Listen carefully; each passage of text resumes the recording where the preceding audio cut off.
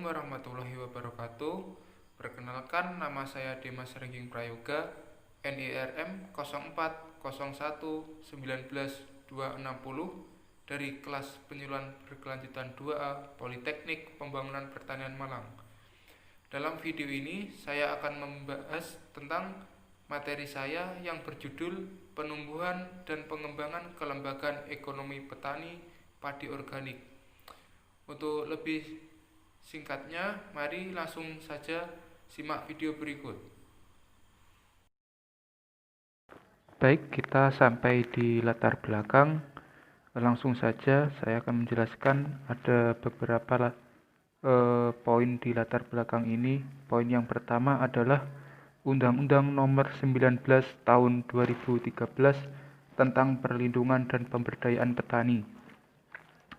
Perlindungan dan pemberdayaan petani bertujuan untuk mewujudkan kedaulatan dan kemandirian petani dalam rangka meningkatkan taraf kesejahteraan, kualitas, dan kehidupan yang lebih baik, melindungi petani dari kegagalan panen dan risiko harga, menyediakan prasarana dan sarana pertanian yang dibutuhkan dalam mengembangkan usaha tani, menumbuhkan kelembagaan pembiayaan pertanian yang melayani kepentingan usaha tani, meningkatkan kemampuan dan kapasitas petani, serta kelembagaan petani dalam menjalankan usaha tani yang produktif, maju, modern, bernilai tambah, berdaya saing, mempunyai pangsa pasar, dan berkelanjutan, serta memberikan kepastian hukum bagi terselenggaranya usaha tani.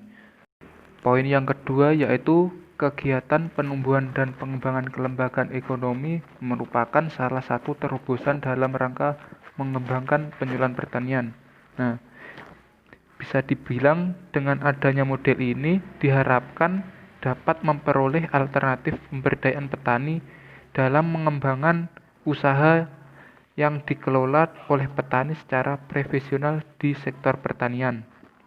Pendekatan penyuluhan untuk mencapai sasaran tersebut dilakukan melalui peningkatan kapasitas kelembagaan petani dan kelembagaan ekonomi petani sebagai pelaku utama pembangunan pertanian yang difokuskan melalui pengawalan dan pendampingan penyuluh.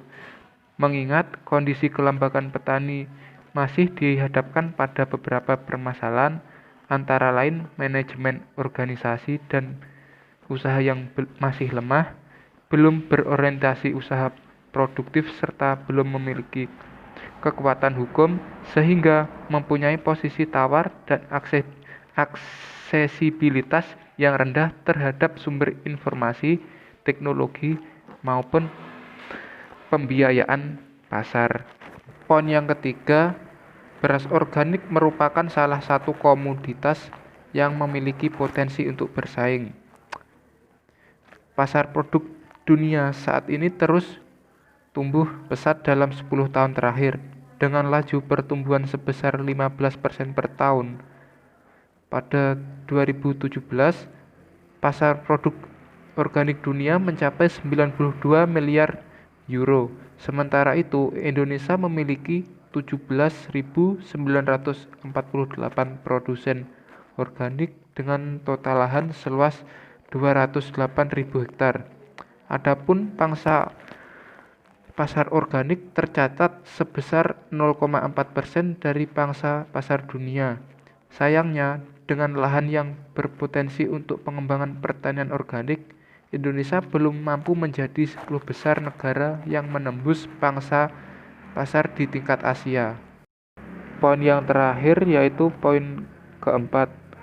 Dalam poin ini secara garis besarnya berada pada kebijakan pemerintah dalam penguatan kelembagaan. Dalam hal ini, peran pemerintah sangat diharapkan karena dapat mengambil bagian dalam pengembangan bidang pertanian organik, khususnya dalam hal padi organik, baik dalam hal sertifikasi teknik usaha tani maupun kemudahan dalam memasarkan produknya khususnya di pasar internasional. Baik, lanjut ke pokok bahasan selanjutnya yaitu rumusan masalah. Dalam hal ini ada 3 poin rumusan masalah. Yang pertama yaitu pengertian kelembagaan padi organik. Kedua, jenis kelembagaan subsistem agribisnis padi organik. Yang ketiga, dukungan kebijakan pemerintah terhadap padi organik. Dan ada juga tujuan dari penulisan, yaitu yang pertama untuk mengetahui pengertian kelembagaan agribisnis padi organik, mengetahui jenis kelembagaan agribisnis padi organik, dan yang terakhir untuk mengetahui dukungan pemerintah terhadap padi organik. Lanjut ke bab yang paling utama, yaitu bab pembahasan.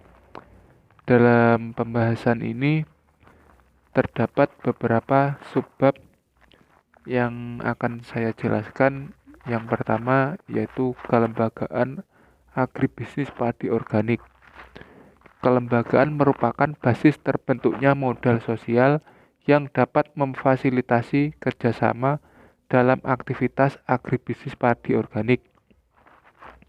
Dukungan kelembagaan dalam pengembangan sistem pertanian organik mempunyai peranan penting dalam setiap aktivitas masing-masing subsistem agribisnis. Dalam kelembagaan agribisnis padi organik, terdapat beberapa rancang bangun model kelembagaan padi organik dalam mendukung ketahanan pangan. Didesain dengan mengacu pada sistem agribisnis. Suatu sistem agribisnis yang lengkap merupakan suatu gugusan industri yang terdiri dari 5 subsistem, yaitu yang pertama subsistem agribisnis hulu, yakni seluruh industri yang menghasilkan dan memperdagangkan sarana produksi pertanian primer seperti industri pembibitan atau pembenihan, industri agrokimia, industri agrootomotif, dan lain-lainnya. Yang kedua adalah subsistem usaha tani, yakni kegiatan yang menggunakan sarana produksi untuk menghasilkan komoditas pertanian primer. Yang ketiga adalah subsistem hilir, yakni industri yang mengolah industri primer menjadi produk olahan beserta kegiatan perdagangannya. Yang keempat adalah subsistem pemasaran, yang akan memasarkan produk yang dihasilkan dari ketiga subsistem tersebut. Yang terakhir adalah subsistem penunjang, yakni kegiatan yang menyediakan jasa bagi keempat subsistem di atas, seperti infrastruktur, transportasi, perkreditan, penyuluhan, pelatihan, penelitian, dan pengembangan. Untuk lebih jelasnya, saya akan membahas satu persatu dari masing-masing subsistem agribisnis padi organik ini. Yang pertama, kelembagaan agribisnis hulu padi organik. Salah satu subsistem dalam sistem agribisnis padi adalah subsistem agribisnis hulu. Peran subsistem agribisnis hulu adalah menghasilkan barang-barang modal bagi proses produksi pertanian, yaitu usaha-usaha di bidang pembenihan atau pembibitan tumbuhan dan hewan, industri agrokimia yang terdiri atas pupuk, pestisida, obat, atau vaksin ternak, dan industri agrootomotif yang terdiri dari mesin dan peralatan pertanian, serta industri pendukungnya. Kelembagaan pada subsistem agribisnis hulu bertujuan untuk menjamin terpenuhinya input yang dibutuhkan pada subsistem usaha tani. Input paling krusial dalam subsistem usaha padi organik adalah pupuk dan pestisida organik. Kelembagaan pada subsistem ini harus mampu menjamin terpenuhinya kebutuhan tersebut, sehingga rancangan bangun kelembagaan pada subsistem agribisnis hulu mencakup kelembagaan peternak dan kelembagaan produsen ternak. Terjaminnya kelembagaan ini, maka keberlanjutan agribisnis padi organik yang menyediakan pangan bermutu untuk mendukung ketahanan pangan dapat berjalan berkesinambungan. Subsistem yang kedua pada kelembagaan padi organik adalah subsistem usaha tani. Peran subsistem usaha tani adalah melakukan kegiatan yang menggunakan barang-barang modal dan sumber daya alam untuk menghasilkan komoditas pertanian primer. Kelembagaan pada subsistem usaha tani bertujuan untuk menghasilkan produk primer pertanian yang merupakan bahan baku bagi subsistem agribisnis hilir. Pada kelembagaan ini, produk primer yang dihasilkan adalah padi organik yang akan diproses lebih lanjut menjadi beras organik pada subsistem agribisnis hulu. Pelaku utama pada subsistem ini adalah kelompok tani yang tergabung dalam gabungan kelompok tani atau gaboktan. Subsistem yang ketiga pada kelembagaan padi organik adalah subsistem agribisnis hilir. Produk primer yang dihasilkan oleh subsistem usaha tani padi organik adalah gabah. Selanjutnya, gabah tersebut diproses oleh subsistem agribisnis hilir. Hal ini bertujuan untuk memberikan nilai tambah dari padi produk primer tersebut. Produk yang dihasilkan dari proses pengolahan ini adalah beras organik yang sesuai standar internasional. Pelaku utama pada subsistem agroindustri untuk padi organik yang tersertifikasi ini adalah gabungan kelompok tani, perusahaan swasta, lembaga pensertifikasi, dan perusahaan eksportir. Sementara untuk padi organik non-sertifikasi, proses pengolahan dilakukan oleh perusahaan penggilingan swasta tingkat desa yang pada umumnya bercampur dengan padi atau gabah konvensional. Karena padi atau gabah non-sertifikasi tidak terdistribusikan ke gaboktan yang proses pengolahan padi organiknya dilakukan dengan menggunakan mesin modern sesuai dengan standar internasional. Subsistem yang keempat adalah subsistem agribisnis pemasaran. Subsistem agribisnis pemasaran adalah subsistem yang melakukan aktivitas pemasaran produk beras organik sampai ke tangan konsumen. Pada subsistem terdapat beberapa lembaga pemasaran yang terlibat dalam pelaksanaan pendistribusian produk dari produsen ke konsumen. Pelaku pada subsistem ini untuk beras organik yang tersertifikasi adalah kelompok tani, gabungan kelompok tani, perusahaan swasta, supermarket, dan eksportir untuk konsumen di luar negeri.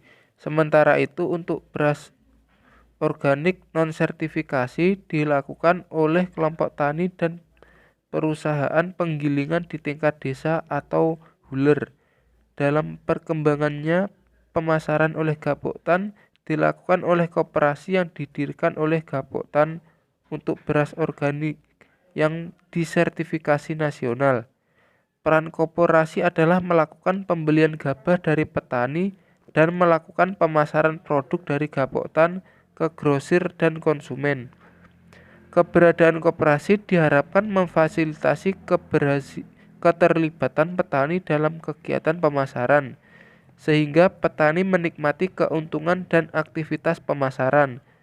Dalam penelitian ini ditemukan adanya koperasi desa yang terlibat dalam pemasaran padi organik dengan melakukan kerjasama dengan gaboktan. Peran dari koperasi ini adalah melakukan pembelian gabah dari petani dan selanjutnya didistribusikan ke gaboktan. Subsistem yang terakhir pada kelembagaan padi organik adalah subsistem penunjang. Peran subsistem penunjang adalah memberikan dukungan terhadap kelembagaan pada subsistem yang lain. Kelembagaan pada subsistem penunjang yang penting adalah lembaga keuangan, Bapeluh, dan Perkumpulan Petani Pemakai Air atau P3A. Lembaga keuangan mempunyai peran dalam mendukung permodalan yang dibutuhkan dalam pengembangan padi organik. Hubungan antara pelaku agribisnis padi organik difasilitasi oleh Bapeluh dalam berinteraksi dengan lembaga keuangan terutama pada kelembagaan kelompok tani. Kelembagaan pengelola air sangat penting dalam kerangka menjamin pasokan air yang terbebas dari pencemaran. Dan yang terakhir adalah dukungan kebijakan pemerintah. Dalam pengembangan pertanian organik, pemerintah meluncurkan program pengembangan pertanian organik melalui Komitmen Go Organik 2010. Dalam komitmen ini dicanangkan bahwa tahun 2010 Indonesia menjadi produsen produk pertanian organik terbesar di dunia. Dalam mengembangkan pertanian organik, diperlukan perencanaan dan implementasi yang baik secara bersamaan. Perencanaan dan implementasi juga dilakukan secara bersama antara pemerintah dan pelaku usaha. Program Go Organik 2010 yang berisi berbagai kegiatan seperti pengembangan teknologi pertanian organik, membentuk kelompok tani organik, pengembangan perdesaan melalui pertanian organik, dan membangun strategi pemasaran pangan organik. Tetapi kenyataannya, pertanian organik belum berkembang dan masih sangat sedikit produk yang dihasilkan. Artinya, belum banyak petani yang menerapkan usaha pertanian secara organik. Pemerintah dalam hal ini termasuk masyarakat pertanian Indonesia diharapkan bertindak nyata dalam upaya mempopulerkan dan mengangkat citra produk pertanian organik Indonesia untuk mendukung terwujudnya ketahanan pangan yang tangguh. Dari materi yang sudah saya jelaskan di atas, dapat ditarik kesimpulan 1. Kelembagaan pada agribisnis padi organik belum sepenuhnya dimanfaatkan sebagai upaya pemberdayaan organisasi. 2. Model pada kelembagaan agribisnis padi organik didasarkan pada sistem agribisnis dan dimensi kelembagaan serta 3 pilar kelembagaan baru. 3. Lemahnya koordinasi, sinergi, dan efektivitas kebijakan agribisnis memerlukan adanya revitalisasi kelembagaan yang diarahkan untuk memantapkan kelembagaan pada sistem agribisnis. 4. Perlu adanya intervensi pemerintah dalam pemasaran padi organik, karena harga padi organik dan padi konvensional yang diterima petani belum berbeda secara signifikan. Saran, diperlukan kebijakan yang lebih tepat untuk menguatkan struktur dan kelembagaan pada agribisnis padi organik. Dalam kaitan ini, cara menilai ekonomi padi organik perlu dilakukan secara lebih komprehensif. Peningkatan kinerja kelembagaan ekonomi padi organik di pedesaan akan berdampak positif dan stimulan terhadap kegiatan ekonomi pedesaan lainnya. Oleh karena itu, kebijakan pengembangan kelembagaan ekonomi padi organik di pedesaan haruslah dalam kerangka dan visi pemberdayaan ekonomi pedesaan secara berkelanjutan. Terima kasih atas perhatiannya. Kurang lebihnya saya mohon maaf.